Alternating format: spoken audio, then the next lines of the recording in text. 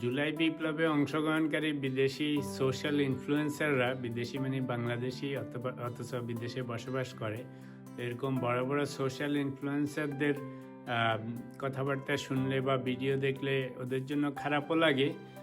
সেটা হচ্ছে যে ওরা হাসিনার আমলে গত 10-15 বছর যাবৎ অনেক কষ্টে দেশ বিদেশে পড়ে আছে বিভিন্ন কারণে, নিজেদের দেশে যেতে পারতেছে না।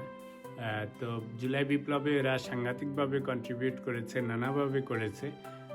সেটা যেমন ভুলে যাওয়ার নয়, কিন্তু বিপ্লবের পরে রিসেন্টলি গত 15-16 মাসে ওরা বিভিন্ন সময় ওদের স্ট্যান্স চেঞ্জ করে করে, ওদের স্ট্র্যাটেজি চেঞ্জ করে করে এখন এমন অবস্থায় পড়েছে অনেকে, ওই বাংলায় বলে যে না ঘরকা না ঘাটকা, অর্থাৎ এত বড় একটা বিপ্লব ঘটিয়েছিল, এটার পিছনে ওদের অনেক কন্ট্রিবিউশন আছে, যেটা অস্বীকার করার উপায় নেই।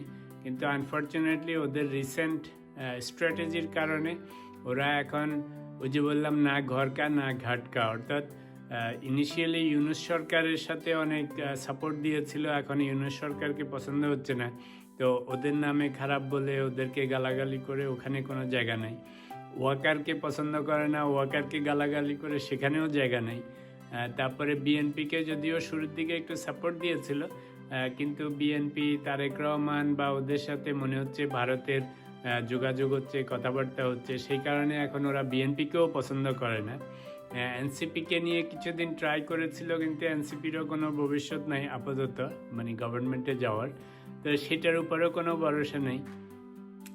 তো এখন বেচারা জামাতকে নিয়ে কিছুদিন খুব হয়েছিল, খুশি হয়েছিল যে হয়তো জামাতকে দিয়ে যদি গভর্নমেন্ট করানো যায় তাহলে হয়তো ভারতের বিরোধী যে ওদের স্ট্যান্স বা অবস্থান সেটার একটা কিছু হবে। তা আমার মনে হয় যে কেন বলছি না ঘরকা না ঘাটকা, বিপ্লব হয়ে যাওয়ার পরে প্রথম দিকে ওদের সাংঘাতিক মান সম্মান, ওদের ইম্পর্টেন্স ছিল বিপ্লবী, নন বিপ্লবী বা সাধারণ মানুষের কাছেও। কিন্তু এখন ওরা যেহেতু আপনি তো সামহাও পাওয়ার হাউসের সাথে সম্পর্ক থাকতে হবে, পটেনশিয়াল পাওয়ার হাউস যেগুলি বা এক্সিস্টিং যেগুলি, তো হাসিনার আমলে যেহেতু হাসিনাদের সাথে যাই করেছে সেজন্য ওদেরকে দেশ ছাড়া করেছে, বা আত্মীয় স্বজন, ফ্যামিলি, জব সব কিছু নিয়ে অনেক গোলমাল হয়েছে, ওরা তো আর দেশে আসতে পারেনি। তো ইউনূস সরকারের সাথে এখন গালাগালি করে ওদের সাথে কোনো সম্পর্ক নেই। আর্মি ওয়াকারুজ্জামানের বিরুদ্ধে বলে ওদের সাথে কোনো সম্পর্ক নেই। বিএনপির সাথে এখন গালাগালি করে বা বিএনপির এগেনস্টে যে বা তারেক রহমান সম্বন্ধে বলে এখন এটাও হারাচ্ছে। তো ওদের জন্য খারাপ লাগে, এই কারণে বলেছি গত 15-20 বছর ওরা দেশের বাইরে এরকমভাবে অত্যাচার অনাচার হয়ে দেশের বাইরে পড়ে আছে, দেশে যেতে পারতেছে না, দেশের নিজেদের আত্মীয় স্বজন বা অন্যান্য জিনিস নিয়ে কষ্টে আছে। এখন সিচুয়েশন যা হয়েছে, যদি কথার কথা বিএনপি পাওয়ারে যায় এবং তারেক জিয়া প্রাইম মিনিস্টার হয়, I am not saying it will happen, যদিও there is a great chance now দেখা যাচ্ছে, তো সেই ক্ষেত্রে এই বেচারাগুলি আগামী 5 বছরের জন্য এই একই ঝামেলার মধ্যেই থাকবে। কারণ আপনার তো সমস্যার সমাধান হলো না, আপনি কোনো পাওয়ার হাউসের সাথে আপনার কোনো সম্পর্ক নেই, হাসিনাদের সাথে ডেফিনেটলি ছিল না, ইউনূসদের সাথে ওখান সাংঘাতিক খারাপ, অ্যাডভাইজারদের সাথে খারাপ, তো আপনি আচ্ছা আর্মির কথা বাদে দিলাম, ওয়াকার ও তো এই যে সাইড কিক এখন আছে তখন নাই, তাও ওখানেও কোনো সম্পর্ক নেই।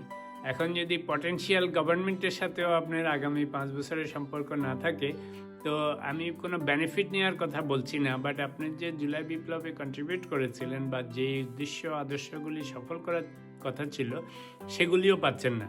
প্লাস এখন আপনি যেহেতু সব পাওয়ার হাউসকেই গালাগালি করতেছেন, তো আপনাকে এখন ভিলেন মনে হচ্ছে, রাইট? ধরেন কথা কথা পিনাকি, ইলিয়াস, কনক, আরও বহু আছে যারা বড় বড় ইনফ্লুয়েন্সার ছিল আমাদের জুলাই বিপ্লবে, এরা সাংঘাতিক কন্ট্রিবিউট করেছে, কোনো ডাউট নেই, ডাইরেক্টলি ইনডাইরেক্টলি দেশের লোকজন দিয়ে, কানেকশন দিয়ে। কিন্তু বেচারাদের জন্য খারাপ লাগে যে ওনারা এতদিন ভালো করে এসেছিলেন, কিন্তু এখন স্লোলি ওনাদের স্ট্র্যাটেজি ভুলের কারণে, আমি ভুলই বলবো এই জন্য, প্রথমত বিপ্লবের দুটো উদ্দেশ্য ছিল, আগে কোটা ফোটা বাদ দিলেও আসলে মেইন উদ্দেশ্য ছিল যে একটা ফ্যাসিস্ট গভর্নমেন্ট থেকে মুক্তি পাওয়া। তো ধরেন সেই উদ্দেশ্য সফল হয়েছে। আচ্ছা, তো সফল হওয়ার পরে এখন যেহেতু এই গত 15-20 বছরে সবাই অনেক সাফার করেছে, তো এই সমস্ত লোকরা তো আর পলিটিক্যাল পার্টির সাথে ইনভলভ ছিল না। তো এরা ভেবেছে যে তাহলে ভবিষ্যতে যেন এরকম ফ্যাসিজম না আসে, এরকম অন্যায় অত্যাচার জুলুম না হয়, সেগুলির জন্য সংস্কার করা দরকার। আচ্ছা, তো এখন আপনার প্রথম উদ্দেশ্য কিন্তু সফল হয়েছে। তো এই সংস্কার করতে হলে তো আপনাকে somehow you have to be around the power, right? তো সেটা নিজেরই পাওয়ারে যেতে হবে এমন কোনো কথা নাই। ওনারা ট্রাই করেছেন বিভিন্নভাবে, প্রথম দিকে যেমন ইউনূস সরকারকে দিয়ে ট্রাই করেছিল, তারপর ভেবেছিল বিএনপিকে দিয়ে করাবে, তারপরে এনসিপির সাথে মনে করছে নতুন পার্টি করে করবে, তারপরে মনে করেছিল জামায়াতের একটু চান্স দেখা গেছে। কিন্তু যখন ওগুলি আপনার হচ্ছে টুকটাক ট্রাই করেছেন ফাইন, যখন দেখছেন যে ওগুলিতে হবে না, তখন সবকটা পাওয়ার হাউসের এগেনস্টে গেলে তো আপনি কোনো সংস্কার করতে পারবেন না।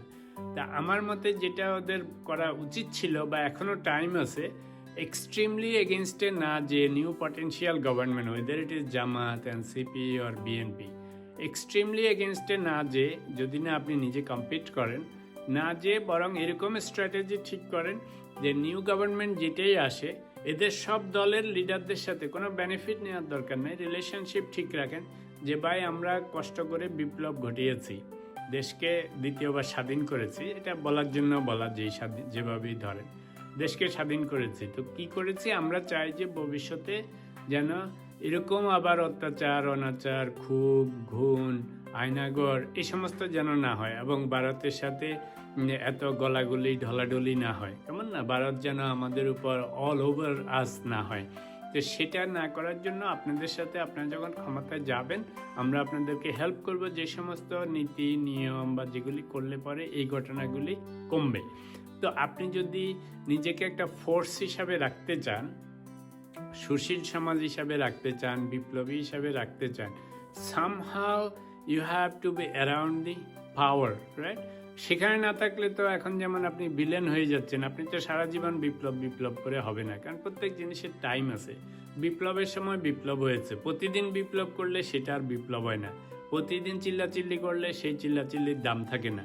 আপনাকে কোনো একটা জিনিস ম্যানেজ করতে হলে ম্যানেজাররা যেমন কোনো সময় নরমে কথা বলে, কোনো সময় গরমে কথা বলে, কোনো সময় আর্জেন্ট কথা বলে, কোনো সময় একটু স্ল্যাক দেয়, কারণ কি this is how you manage, otherwise you are not a good manager. তো বিপ্লবীদের বেলায়ও যখন দরকার ছিল বিপ্লব করেছে, এখন যখন বিপ্লবের সেই মেইন গোল অ্যাচিভ হয়েছে, এখন সংস্কারের জন্য আপনাকে তো ওয়েট করতে হবে। এখন কথা বিএনপি পাওয়ারে গেলে ওদের লিডারদের সাথে, ওদের সাথে গভর্নমেন্টের সাথে একটা রিলেশনশিপ রাখতে হবে, যাতে ওরা গভর্নমেন্টে গেলে আপনাদের কন্ট্রিবিউশনটা ওরা স্বীকার করে, এবং আপনারা যখন একটা জিনিস নিয়ে যাবেন যে দেশের এই সংস্কার করা দরকার, সেগুলি তারা মনোযোগ দিয়ে শুনবে। কিন্তু আপনারা যদি এখনও বিপ্লব করেন, এদের সবাইকে গালিগালাজ করেন, ওদের সব খারাপ ভালো সব বলতে থাকেন, নিজেরা পাওয়ারে যাওয়ার চেষ্টা করেন, সাকসেসফুল হচ্ছেন না, একে উস্কাচ্ছেন, ওকে ধমক দিচ্ছেন, একে গালিগালাজ করছেন, একে ন্যাংটা করে দিচ্ছেন, that's not how it works. কারণ এসে কান্ট্রি, একটা গভর্নমেন্ট চালাতে গেলে আপনাকে you have to be strategic. তো এতে আরও একটা খারাপ জিনিস হচ্ছে, এখন যদি আপনারা বিএনপি, জামাত বা যারা ক্ষমতায় যাবে, এদের লিডারশিপের বিরুদ্ধে, ওদের দলের বিরুদ্ধে নানা রকম জিনিস নিয়ে নামেন এখন ইলেকশনের আগে, তো এরাও তো আপনাকে পছন্দ করবে না। তো আপনি গত 15 বছরও নির্বাসনে আছেন, আগামী 5 বছরও নির্বাসনেই থাকবেন, আবার আপনার কথার কোনো দামও থাকলো না। So you are losing everything. আচ্ছা, তো এখন যেটা করতে হইতো, যে এখন যেহেতু আপনাদের অন্যান্য অল্টারনেটিভভাবে ক্ষমতা যাওয়ার চান্স কমে গেছে, ধরেন এনসিপি দিয়ে বা নতুন পার্টি দিয়ে বা নিজেরা ইলেক্টেড হয়ে, সেগুলিতে অনেকখানি পথ বন্ধ হয়ে গেছে, টাইম নেই এখন এই সমস্ত গোলমাল না করে, সবাইকে সব পাওয়ার হাউসকে গালিগালাজ না করে সবাইকে সাপোর্ট দেন সুন্দর করে, যে আমরা দেশ স্বাধীন করে দিয়েছি বা অপশক্তি থেকে মুক্ত করে দিয়েছি, এখন সুন্দর ইলেকশন হোক, আপনারা যারাই ক্ষমতায় আসেন আমরা আপনাদেরকে সাপোর্ট করব, কিন্তু অ্যাট দি সেম টাইম আপনারা আমরা যা সংস্কার চাই সেগুলি করবেন। আর এই সোশ্যাল ইনফ্লুয়েন্সারদের এখন যা আমি অবজার্ভ করতেছি, এদের মেইন প্রবলেম হচ্ছে ভারত বিদেশি। ওরা চায় পারলে ভারতের সাথে সমস্ত সম্পর্ক কাট অফ করে দিয়ে, দরকার হলে 500 ফিট উঁচু ওয়াল দিয়ে, যে ভারতের দিকে তাকাবো না, ভারতের সাথে কথাও বলবো না। তো এটাও কিন্তু আরেকটা এক্সট্রিমিজম। অর্থাৎ আপনি আপনার নেইবারের সাথে, আজকালকার দিনে তো আপনি চাইলেই কারোর সাথে সম্পর্ক বন্ধ করে দিতে পারবেন না কমপ্লিটলি। ভারত আমাদের 3-4 দিকে আছে, ভারতের সাথে আমাদের নানা রকম এক্সপোর্ট ইম্পোর্ট নানা রকম রিলেশনশিপ আছে। তো আপনার প্রবলেম কিন্তু ঘরে। আপনার আমি আরেকটা ভিডিওতে বলেছিলাম যে যদি ছোটবেলায় আপনার বাচ্চারা যখন মারামারি করে আসতো, তো বাসায় এসে মার কাছে বিচার দিলে মা আরও 2টা চড় লাগাই দিত। কেন দিত? যে তুমি লাগতে গেছো কেন। অর্থাৎ মা মনে করতো যে দোষটা তোমারই, তুমি লাগতে গেছো কেন। ওরা বকা দিলেও তোমার দরকার ছিল না আমাকে ফাইট করার। আরেকটা উদাহরণ দিয়ে শাস্ত্রে আছে যে যদি তোমার হাজবেন্ড বা ওয়াইফ পরকীয়া যুক্ত হয়, তো ওই ব্যাটারে বা ওই মহিলারে পিটানোর আগে তোমার ঘরেরটারে শাস্তি দাও। কারণ তোমার ঘরেরটা তোমার পিছনে ওকে ওয়েলকাম করছে বলেই এই ঘটনা দূরে আগাইছে, নাহলে তো হতো না। কারণ তোমার বই বা তোমার হাজবেন্ড যদি তোমার প্রতি লয়াল থাকতো, তোমার পিছনে আরেক বেটাকে আরেক মহিলাকে যদি লাই না দিত, তাহলে তো এই সম্পর্ক ঘটতো না। তো তাহলে দোষটা কার? তোমার ঘর দিয়ে শুরু হয়েছে। অন্য কেউ লোর করলেও যদি সে নাম না করতো, তাহলে তো আর আগাইতো না। তো শাস্ত্রে বলছে যে যদি এই ঘটনা ঘটে, ওই বাইরের লোকের সাথে ঝগড়াঝাটি না করে তোমারটাকে আগে সাইজ করো। বুঝছেন তো ঘটনাটা? তো এই 2টা গল্পের মেইন কারণ হলো যে ভারত হাসিনা সরকারের আগেও তো আমাদের অনেক গভর্নমেন্ট ছিল বাংলাদেশে। তখন তো ভারত আমাদের উপর এরকম সব কিছুতে আমাদের উপর এত আধিপত্য বিস্তার করে নাই। কেন করে নাই? কারণ আমার ঘরওয়ালি বা ঘরওয়ালা এরা ভারতকে এত লাই দেয় নাই, ওদের সাথে এত গলাগলি ঢলাঢলি করে নাই বলেই ওরা আসতে পারে নাই। তো এখন এই সমস্ত ইনফ্লুয়েন্সাররা বা বিপ্লবীরা যারা ভারতের সম্পূর্ণ বিরোধী, ভারত সম্পূর্ণ বিদেশি, তাদের জন্য বলবো যে ভারত বিদ্বেষের কোনো কারণ নেই। আপনার ঘর যদি ঠিক থাকে, আপনার নূতন গভর্নমেন্ট যদি এরকম হাসিনাদের মতো গলাগলি ঢলাঢলি সব বিক্রি করে দেয়া না করে ভারতের সাথে, তাহলে তো ওরা আসতে পারবে না। কারণ আমরা তো স্টিল ইন্ডিপেন্ডেন্ট কান্ট্রি। তো ফলে হবে কি, আপনার সরকারকে চাপের মধ্যে রাখতে হবে, অ্যাকাউন্টেবল করতে হবে। তো আপনারা যারা সোশ্যাল ইনফ্লুয়েন্সার বা বিপ্লবী, ক্ষমতা যাওয়ার চান্স কম বা ক্ষমতার বাইরে আছেন, এখন এত যুদ্ধ না করে আপনারা ওয়েট করেন। রাজনৈতিক দলগুলির সাথে যারা ক্ষমতায় যাবে তাদের সাথে যোগাযোগ স্থাপন করেন, তাদেরকে সাপোর্ট দেন যে হে সামনে ইলেকশন আছে, ইলেকশনে সুন্দর করে তোমরা জিতে আসো। যে এই জনগণ তোমাদের যাকেই ভোট দেয়, জামাত হোক, বিএনপি হোক, এনসিপি হোক, কোয়ালিশন হোক, উই ডোন্ট মাইন্ড, তোমরা যেটাই আসবা ক্ষমতায় উঠবা। তোমাদের সাথে কথা হচ্ছে যে আমরা এত কষ্ট করে রক্তপাত করে বিপ্লব করে দেশটাকে স্বাধীন করে দিছি, তোমরা আবার সুন্দরভাবে ক্ষমতায় আসতে পারছো। শর্ত হচ্ছে বিভিন্ন প্রতিষ্ঠানে সংস্কার সাধন করবা, যাতে আয়নাগর, খুন, গুণ, রাহাজানি এগুলি না হয়, 1 নম্বর। 2 নম্বর হচ্ছে দলীয়করণ থেকে বাইরে বিরত থাকবে।